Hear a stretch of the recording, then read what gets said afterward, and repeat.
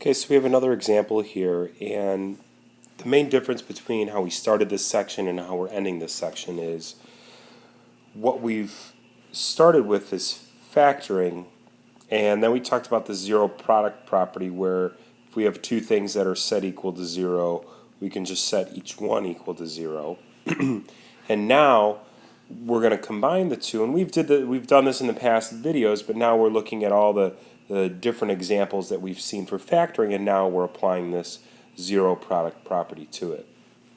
So if we look at this example, we have 5x squared is equal to 7x, and in order to apply this, we want to set the one side equal to 0, so I'm going to move the 7 over. And remember, our first rule of factoring is to look for that GCF, which we have. The GCF is x.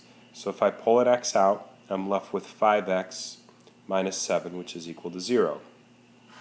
Well, the zero product property, which I have right here, we take our factors, which is this guy, and set each one equal to 0.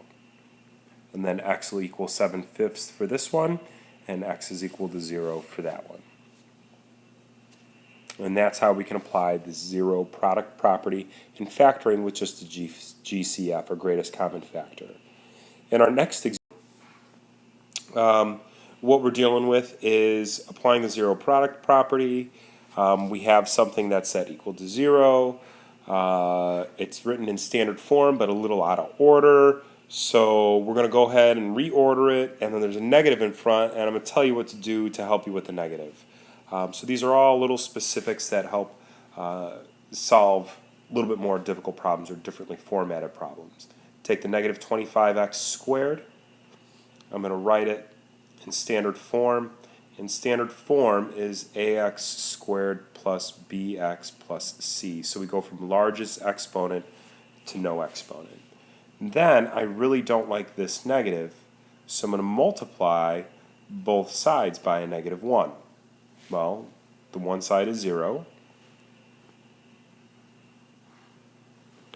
and so I'm going to distribute, so I get 25x squared plus 20x plus 4 is equal to 0.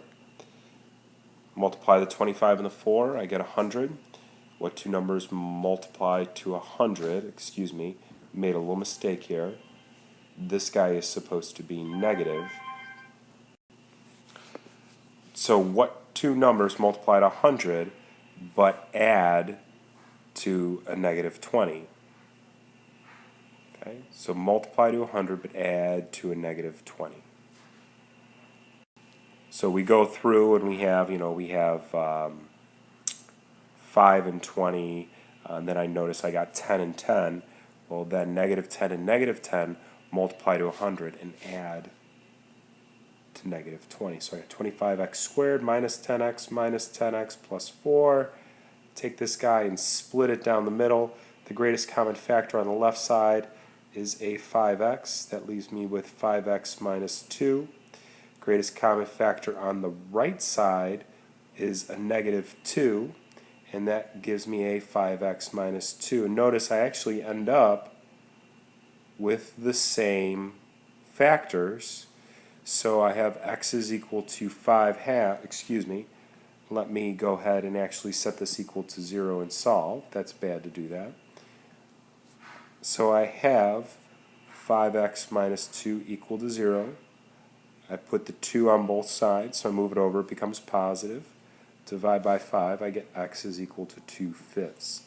Technically there's two solutions. It's the same thing. It's called a double root or a double solution, and it would be 2/5.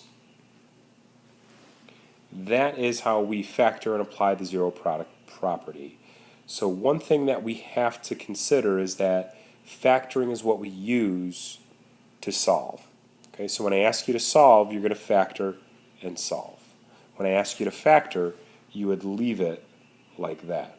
Okay, so this guy is factored, and this is our solution.